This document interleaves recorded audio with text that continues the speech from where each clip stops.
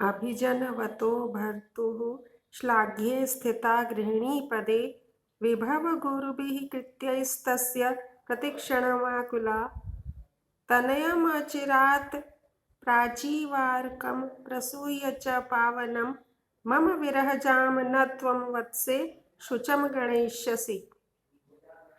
प्रस्तुत श्लोक अभिज्ञान शाकुंतलम चतुर्थ अंक से गृहीत है।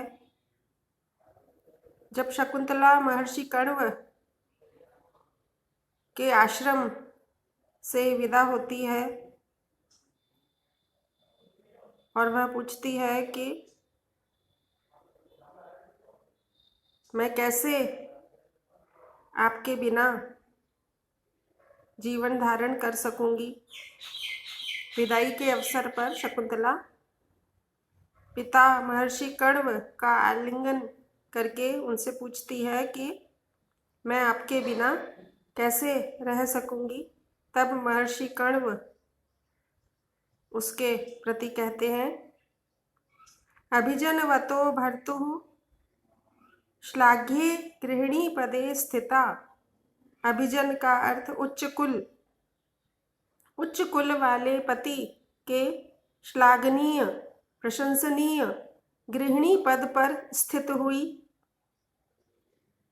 तस्य विभव गुरुभिः कृत्यैः, उस राजा के वैभव के कारण महान कार्यों में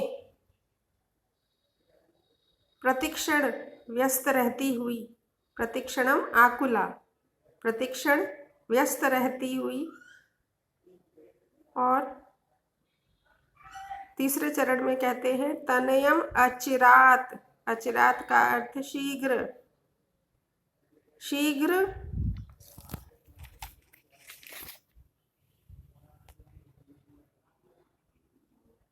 प्राची इव अर्कम, जिस प्रकार पूर्व दिशा सूर्य को उत्पन्न करती है उस प्रकार शीघ्र ही पावनम तनयम प्रसूय, पवित्र पुत्र को उत्पन्न करके, हे पुत्री, वत्से का अर्थ पुत्री, वत्सा वत्सा वत्सा का अर्थ होता है पुत्री संबोधन में, हे वत्से, हे पुत्री, त्वम मम विरहजाम शुचम न गणयिष्यसि, तुम मेरे विरहजन्य शोक को नहीं गिनोगी, अर्थात शीघ्र भूल जाओगी। पुनः अर्थ देखें, उच्च कुलीन पति के श्लाघनीय प्रशंसनीय गृहिणी पद पर स्थित हुई, उसके वैभव के कारण महान कार्यों, महान यज्ञ उत्सव आदि कार्यों से प्रतिक्षण व्यस्त रहती हुई, शीघ्र ही जिस प्रकार पूर्व दिशा सूर्य को उत्पन्न करती है उस प्रकार पवित्र पुत्र को उत्पन्न करके, हे पुत्री, तुम मेरे विरहजन्य शोक को नहीं गिनोगी।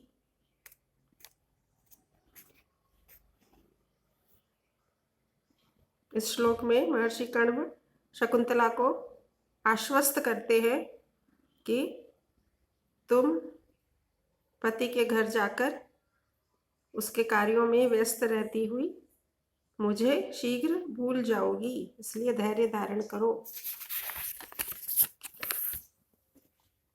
श्लोक संख्या 20।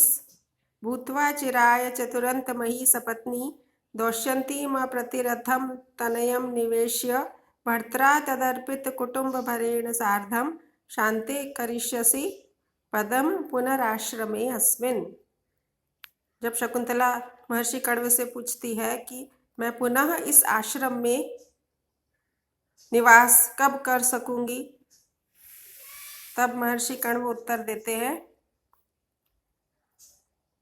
चिराय चतुरंत मही सपत्नी भूत्वा, चिरकाल तक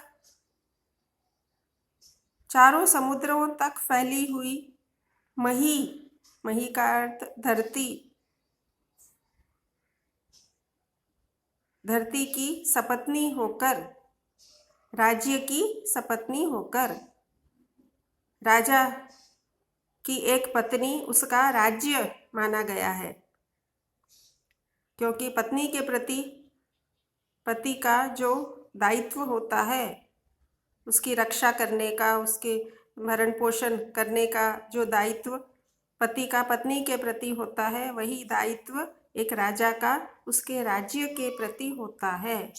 इसलिए यहाँ कण्व शकुंतला को कहते हैं कि तुम धरती की सपत्नी होकर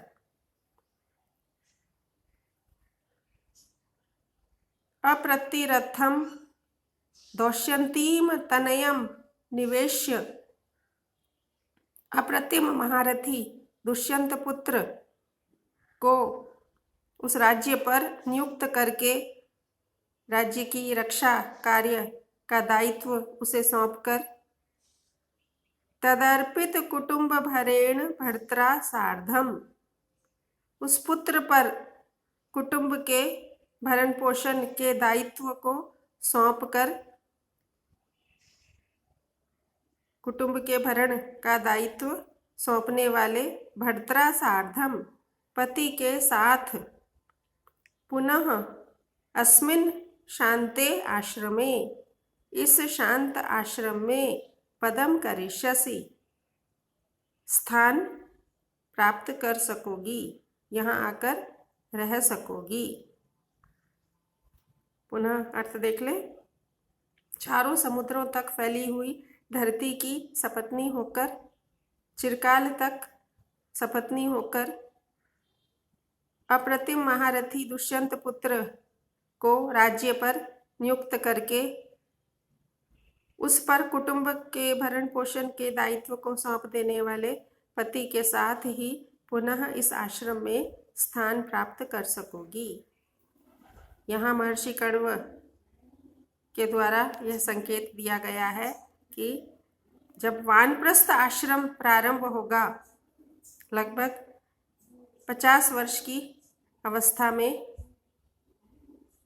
व्यक्ति का वानप्रस्थ आश्रम प्रारंभ होता है, ऐसा शास्त्रों में निर्देश है। मनुस्मृति आदि ग्रंथों में इस प्रकार का निर्देश है। उसी के अनुसार महर्षि कण्व ने यहाँ कहा है कि 50 वर्ष की अवस्था में जब वानप्रस्थ आश्रम प्रारंभ होगा, तब पुनः इस आश्रम में निवास कर सकोगी।